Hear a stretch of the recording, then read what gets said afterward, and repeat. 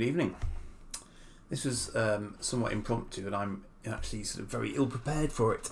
So, on the off chance anyone does join on the live stream chat, just give me a moment, and I will get myself a little bit better set up.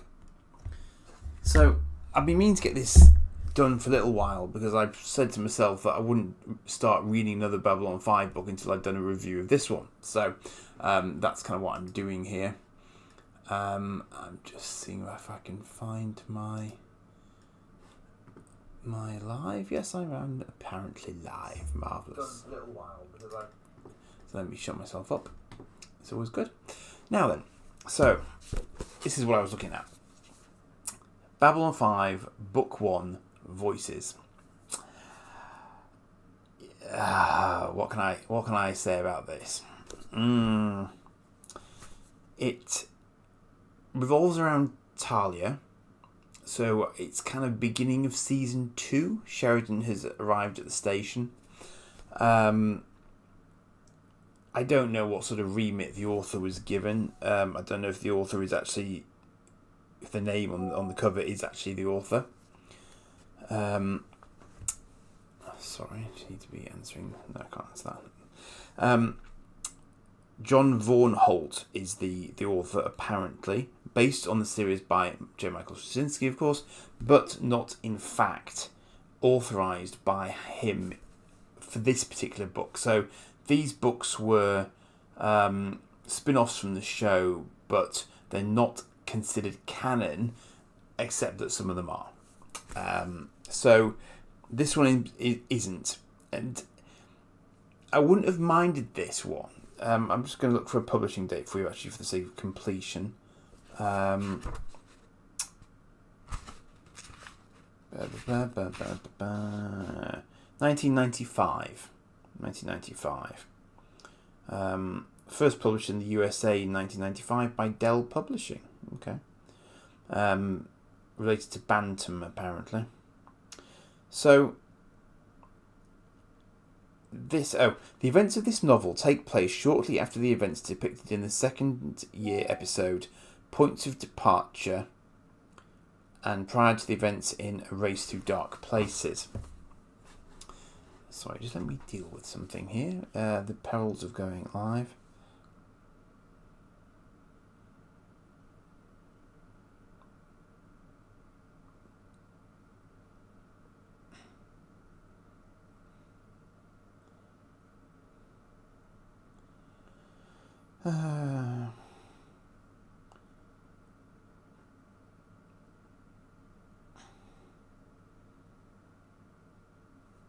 Okay.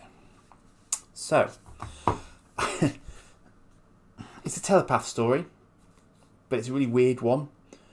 My main issue with this is that it's got basic science fact problems which irk me. So it's acting as if Mars is a really, really hot planet. It really, really isn't, actually, kids. It's quite cold on Mars. So that really that kind of takes me out of it immediately. It involves a number of characters with whom we are passingly familiar. But interestingly, it involves concepts like Garibaldi going to Earth, which... And it's the funny thing, it never really occurs to me. We never actually see much of the main characters on Earth during the course of the entire series. Now, obviously, just beware spoilers here. If you're not familiar with the series, you probably will run up against spoilers here. But it's just really odd. But I'm going to struggle with the names because the names aren't very familiar to me. But we have Bester in it. Bester comes across as weird. He comes across as a bit of a pantomime villain in this, which is decidedly odd. So we've got Grey. Do you remember Grey from Eyes in Series 1, I think it was? So I'm doing this very off the cuff, but to be honest, the book isn't that great, so I'm not too concerned that I'm misleading you in doing it off the cuff. So we have Grey, who teams up with Garibaldi, bizarrely. He was a relatively low-level telepath, but he's trying to help Garibaldi clear Talia's name because Talia's been framed and Talia runs, and she goes to Earth. And somehow you can parachute onto Earth in this day and age, and then run around without facial recognition cameras knowing who you are, because you changed your hair colour. Do you see the problem? Now, okay, it was 1995, I get it. You know, the technology at that point in time, face recognition wasn't really a thing, but come on, let's just, extrapolate here, kids, because otherwise it's just not good. And I'm trying to think who the other... Oh, yeah, the guy who helps Talia get to Earth is Juice. Now, do you remember Juice? I think he was the narcoline feeder guy. So he was basically running a number of dodgy ops on Babylon 5, and for some bizarre reason ends up on the ship with Talia and helps Talia sort of get a false identity card and sort of just generally gets her set up to try and survive life on Earth. So, yo, Gareth. So it's not the best introduction that you've ever seen to a book series, it has to be said. But interestingly, you can see on the cover, this is Channel 4. So this was a sort of Channel 4 tie-in here in the UK, and Channel 4 were the channel that published Babylon 5 in the UK. Well, published, I say, they broadcast it, they showed it. That was their channel. And there is a point in the series where Channel 4 gets a bit of a shout out within the series, which is quite amusing to those of us in the know. But yeah, it's a bit of an odd one. I don't like the way that they described hyperspace. Oh god, and I really, really dislike the fact that you can cause an entire spaceship to do an emergency stop in space just by hitting a button as a passenger. Just no, that's stupid. I mean, how stupid is that? That's just no. So anyway, yeah, it's not brilliant. It's not brilliant. It also, I mean, it suggests that Talia has remarkable control over her telekinetic abilities, and it has Kosh breaking her out of jail, for God's sake. That's not a thing either. Vorlons don't get involved with that sort of low-level stuff. They have people to do that sort of stuff for them. It's really odd. It's really odd.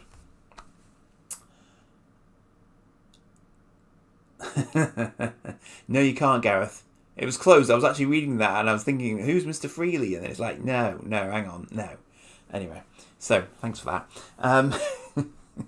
Helpful in the chat. Do like and subscribe, by the way, if you've fallen upon this as a Babylon 5 stream. It's not a particularly regular thing. Although the amount of commuting I'm doing, I might well be able to plough through these books a bit faster than I was expecting to. So it's the one plus side of going back into the office is I get to do more reading.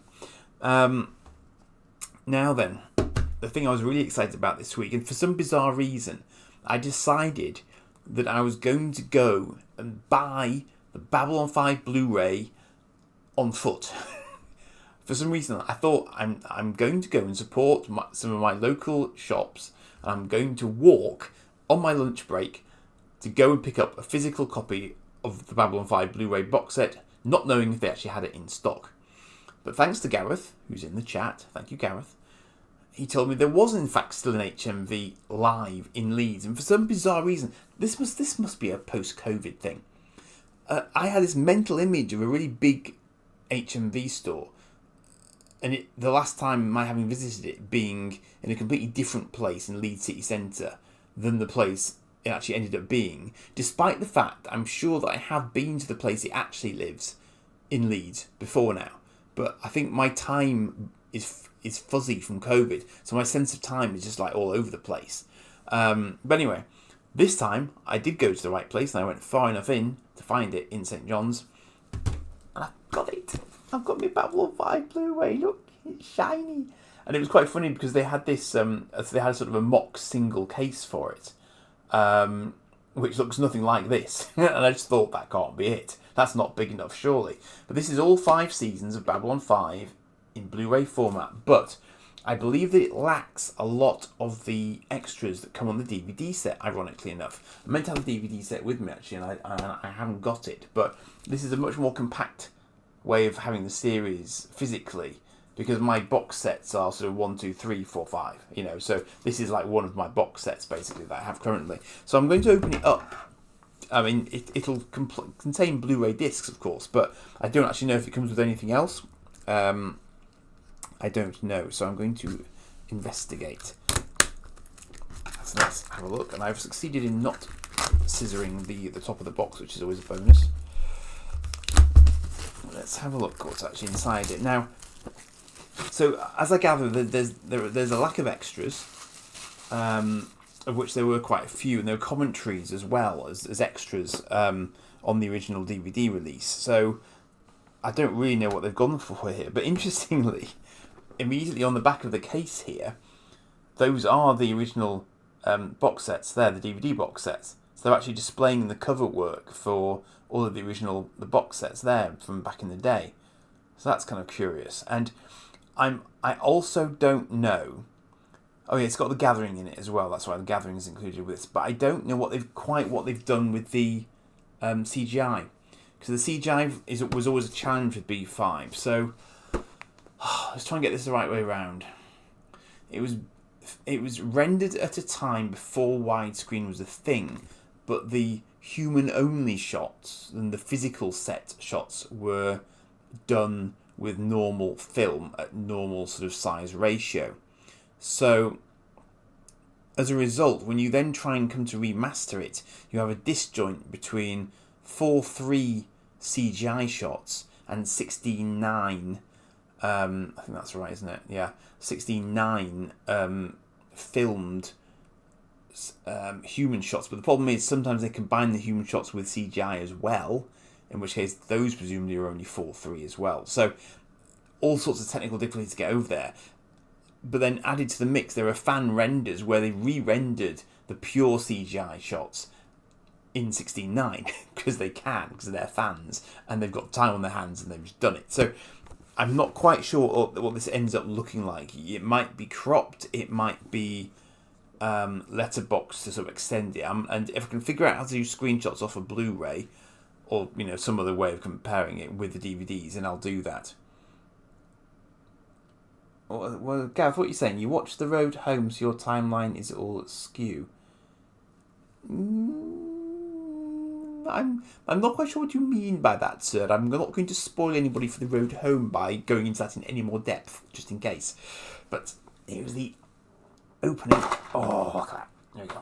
Wow, that is a lot of Blu-rays. That's a lot of lots of Blu-rays. Wow. Okay.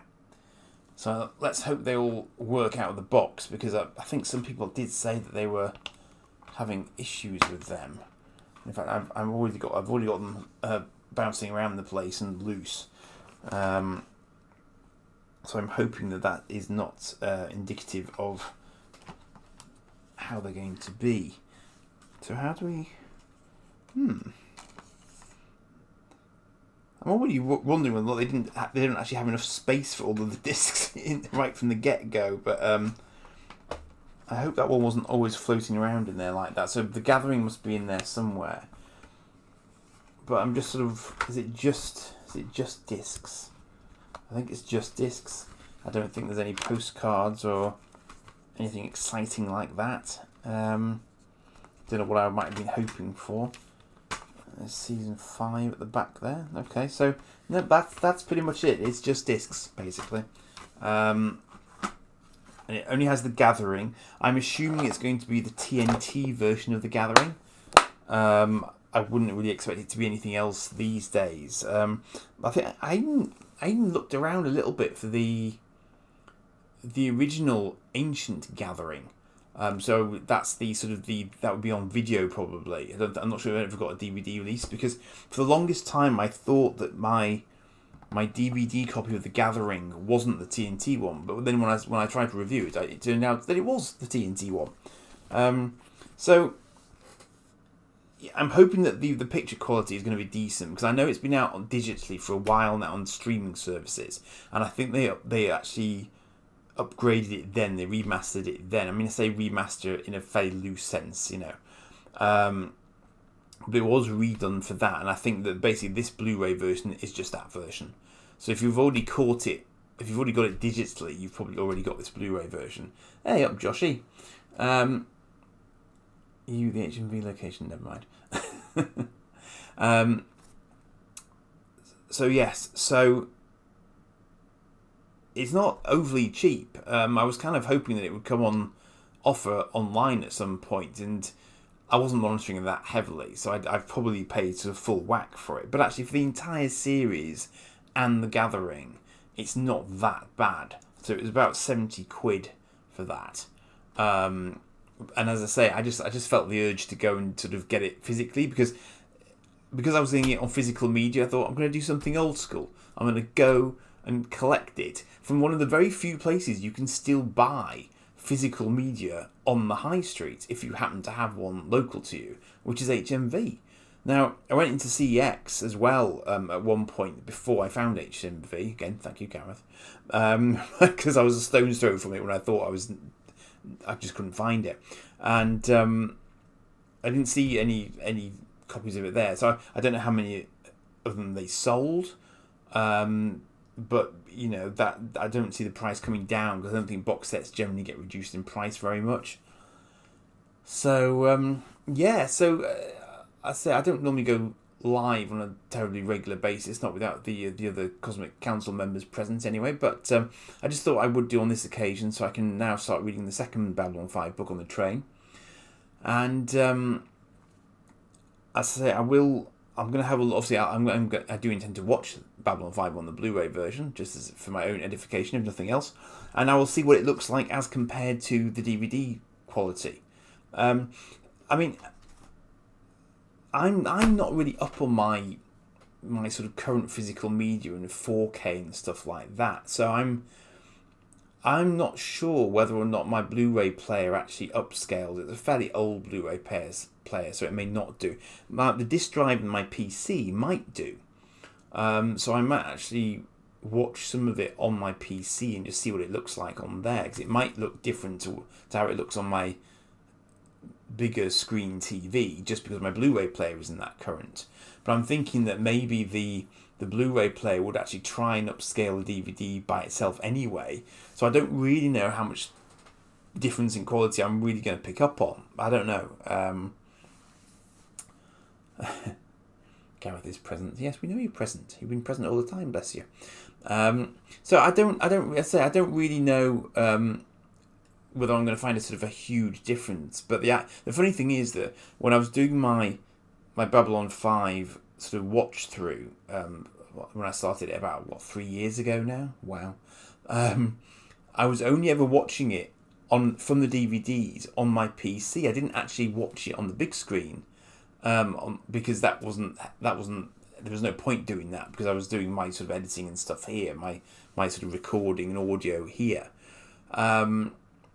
So I haven't really watched it on a big screen apart from The Road Home, which of course was filmed in a native high resolution thing, but I don't even have a 4K Blu-ray player, so I can't play it at 4K. I only played it at Blu-ray resolution. I'm just really sort of out of date on my physical media resolutions and everything else. So I mean, is it worth getting a 4K Blu-ray player? You know, is UHDs? Is that the correct term for them? I'm looking to the chat now to help me out, but I know there aren't many in the chat because it's a random time. Can anybody tell me? So I need AJ, don't I? I need AJ Movies Place. AJ would know, wouldn't he? Anyone in the chat? Explain to me the difference between Blu-ray and 4K and Ultra HD and all that good stuff. Come on. Chop chop. I'm just looking around to see if have I already tidied away my Road Home disc. I think actually no, I didn't. Hang on. No, hang on. That's not it. This is it. Okay. Yeah. So that's my 4K Ultra HD. Yeah, so UHD, I was right. Yeah, okay. So 4K Ultra HD and Blu-ray. Original movie, The Road Home. So I think that I just have Blu-ray. I don't think my player does 4K UHD. But I imagine it does upscale Blu Rays as well as it can do, I guess. But I'm sure it's a really old player. Because obviously, as with everyone else, I bet you don't watch that much stuff on discs these days. I mean, I don't know, do you? But obviously, most of the stuff I tend to get on my streaming services. So the physical player, wouldn't be worth it for B5. I don't think there was a 4. No, there isn't a 4K B5. The only 4K B5 is this 4K B5. That's it. Because this is the only one that's been done recently enough to actually be done directly onto 4K kind of resolution. So this is probably really pretty in 4K, but I just don't know whether or not I'd see a huge difference for me personally. I don't know. So yeah, Ultra HD Premium. I was interested with the rating actually. The rating, so the rating is 12 on the box set. It says moderate violence, threat, sex references, drug references, sexual threat. Okay, if you say so. And the road home is just moderate fantasy violence, bloody images. It's a cartoon. It's not real. Anyway. But anyway. So, yes, I know. Yes, I need a 4K player for UHD. I'm aware of this. It wouldn't be worth it just for the road home. No. You see, it's a funny thing. I've got something for you from HMV actually, Gareth. I have, because I have very fond memories of HMV, and this is where I get nostalgic and wistful. But when I was a mere student, I used to love HMV because they did things like 3 for $20 on DVDs. And of course these days they're doing the same sort of thing for Blu-rays and so on that nobody else is buying physically in a real life store. So they're always they've still got those sort of classic HMV offers on.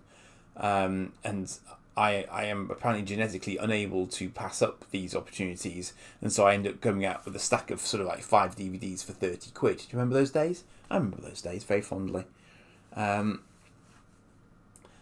Joshy is saying I tend to stick with DVD or Blu-ray, much cheaper. Well, yeah, I mean you get a lot of bang for your buck with sticking to the lower grade stuff. I mean, Joshy, I have to say the only reason I got this was because I was supporting the cause.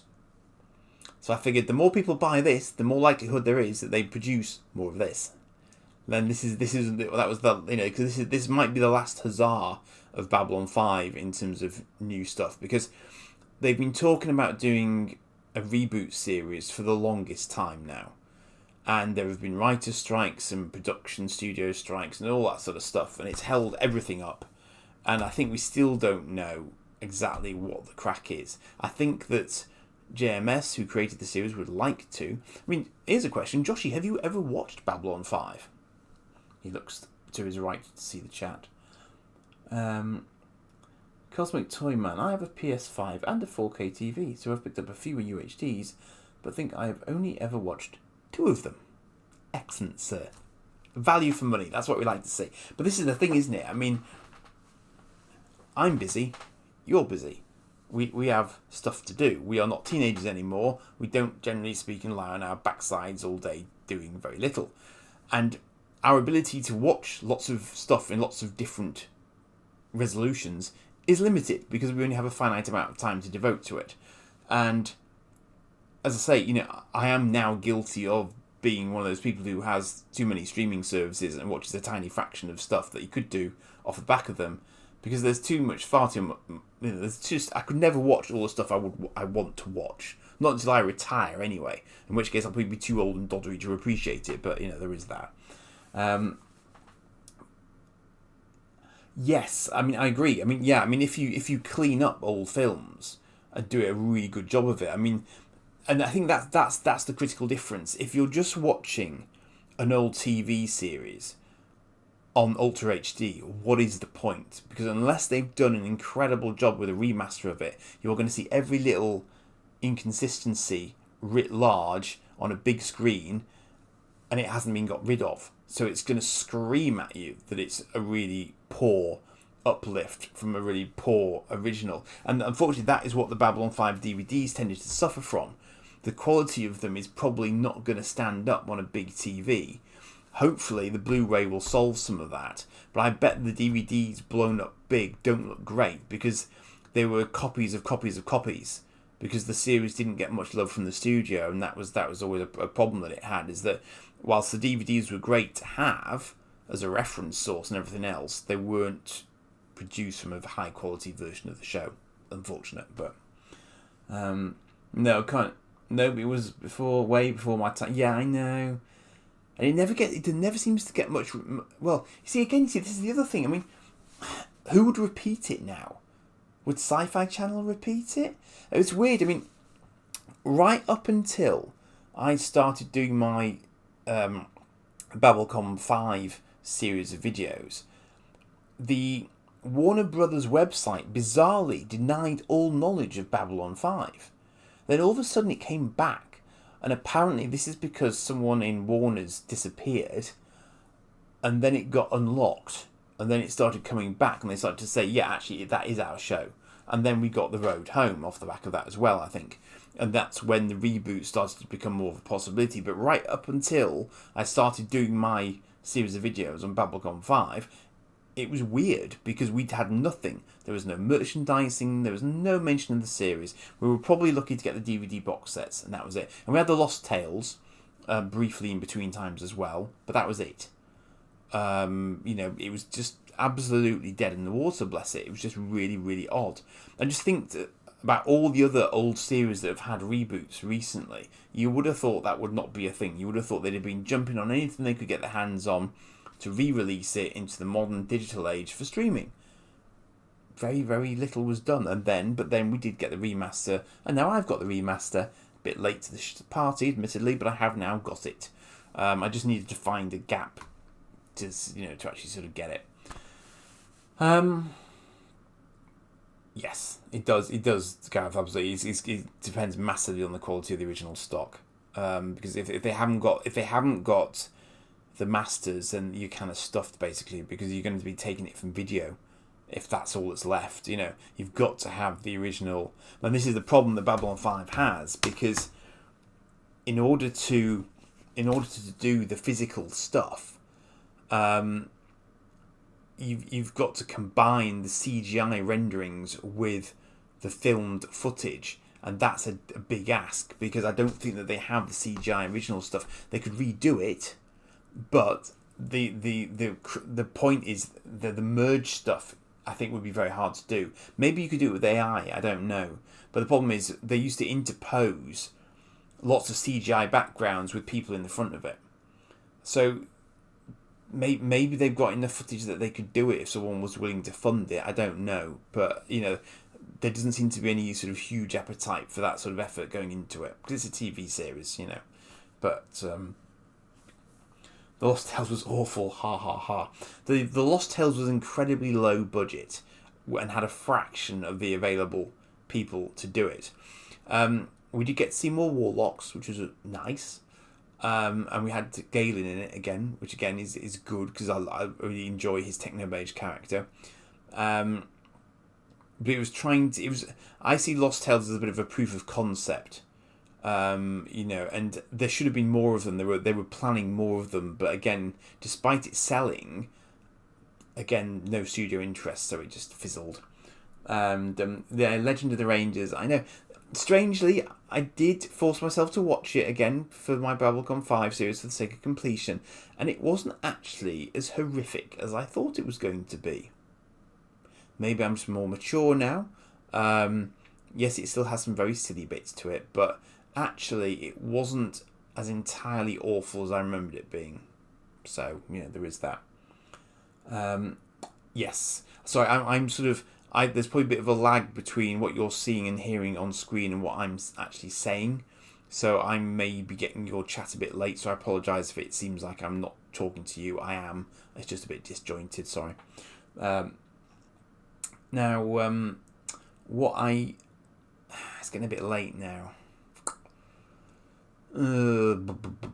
I've got my... It's a bit off topic for this particular video, but I do have my other Mariners box to have a look at, which I was kind of thinking of doing tonight. And again, Crusade Classic Firefly Syndrome should have kept going a lot longer than it did. But again, JMS wasn't one to compromise if the studio wasn't going his way, and he and TNT were always at loggerheads about the direction of that particular series. So it's a great shame because it that had sort of Star Trek potential in the sense that they were on a ship, not a station that time round. Could have done all sorts of cool stuff. And knowing him, he probably had it planned out as well. So, and it had the advantage that they were much more confident with the CGI by the time they started doing Crusade. If you actually look at it, and the design of the alien cities and stuff in it is really good for its time. I think it's much better than you might expect for its time, and that side of it I think still holds up reasonably well. So yeah, again, it's just one of those classic sort of, and what happened with Crusade could have happened to Babylon 5 itself. So we did get lucky in that sense, but again, just a shame Crusade didn't get more of a chance to live, basically. My first yet. Yeah, what I might do is I'm just thinking about timings. I've got to be up fairly early, but my second Mariners box is smaller than my first one was, but that's probably only because there's less box stuff in it. I suspect there's still going to be a lot of items in it. I think what I'm going to do is I'm going to stop this stream. I'm going to make a cup of tea. I'm going to have a biscuit, and I'll come back and I'll have a delve through my Mariners auction second box, but I'll do it on a separate stream. So yeah, I think that's my plan. But I don't want to go late tonight because obviously we've got Cosmic Council tomorrow, so I need to be fresh and bright-eyed and bushy-tailed for tomorrow night. But I'm gonna have a go at it because I did want to do that tonight. Just that some bloke was unboxing stuff in his shop and I ended up watching that for a while, So yeah, a bit later than I thought I'd be. Yeah, so I'm gonna have a cup of tea and I'll be back. All right. Cheers for now, folks. Do like and subscribe as ever. Thank you.